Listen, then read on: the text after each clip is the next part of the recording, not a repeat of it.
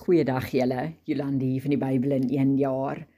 Ons kyk vandag na Markus 9 vanaf vers 14 tot 29. En die agtergrond tot vandag se lees is dat Jesus, Petrus, Johannes en Jakobus pas teruggekeer het van die berg van verheerliking af, wat baie beslis 'n besonderse geestelike ervaring vir die disippels moes gewees het. Maar tipies met hoe dit soms in die lewe gebeur, word hierdie wonderlike geestelike ervaring opgevolg met 'n tipiese wêreldse gebeurtenis, wat eintlik bietjie van 'n demper op mense gemoed is, as jy nog 'n klein rukkie in die gees wou gebly het. Want direk na hulle terugkeer, tref hulle die ander disippels in 'n meningsverskil met van die skrifgeleerdes aan.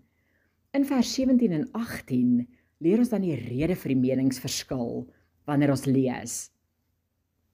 En een uit die skare antwoord en sê, Meester, ek het my seun wat 'n stomme gees het, na u gebring, en ek het u disippels gevra om hom uit te dryf, en hulle kon nie. Ons sien dan in vers 19, dat Jesus met amper iets wat soos frustrasie lyk, hulle antwoord, wanneer hy hulle 'n ongelowige geslag noem.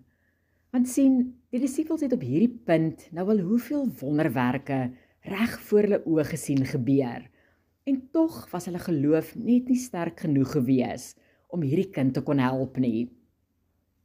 En hoeveel keer twyfel ons nie of die Here werklik vir ons sal deurkom in 'n situasie nie, dit nadat ons ook al sy goedheid ervaar het.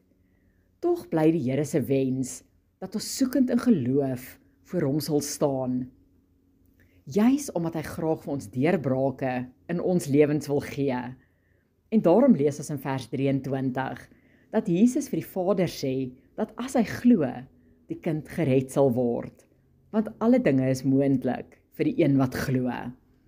En dan sien ons die Vader se respons in vers 24, wanneer ons lees.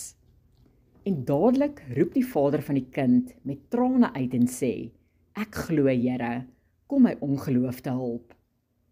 Nou om glo en ongeloof in een sin te lees, klink baie verwarrend, want ons verstaan is dat iemand of glo of ongelowig is, maar eintlik is die teendeel hiervan waar. Want soms sal ons in een area van ons geloof 'n vaste vertroue hê in Jesus Christus, en op 'n ander gebied sal ons twyfelagtig wees. Neem byvoorbeeld jou redding versus jou geloof om vir iemand vir genesing te bid.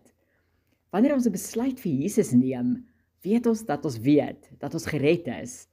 Maar dit beteken baie beslis nie dat almal die geloof het om vir 'n sieke se genesing te bid nie.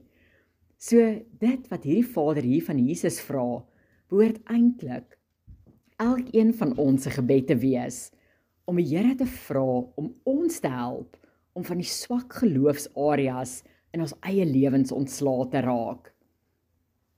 Ons sien dan in verse 25 tot 27 hoe Jesus die kind kragtig genees en hoe Jesus dan die seun optel nadat sommige van die mense gedink het dat hy dalk dood is. Die gedeelte sluit af in verse 28 en 29, waar ons lees hoe die disippels dan nuuskierig is oor hoekom hulle nie die seun kon genees het nie. En Jesus kom met 'n eenvoudige antwoord. Dit was 'n gebrek aan gebed en vas, wat veroorsaak het dat die disippels dit nie kon doen nie. Dis nie dat gebed en vas ons waardiger maak om bose geeste uit te dryf nie, maar eerder dat gebed en vas ons nader in verhouding met ons Vader bring. En dit is juis hierdie totale afhanklikheid van God, wat ons deurbraak op deurbraak in die gees sal gee. So kom ons kies vandag om elke swak area van geloof na die Here toe te bring in gebed. En kyk net wat die Here in jou lewe alles gaan kom doen. Mag julle almal 'n geseënde dag hê. Totsiens.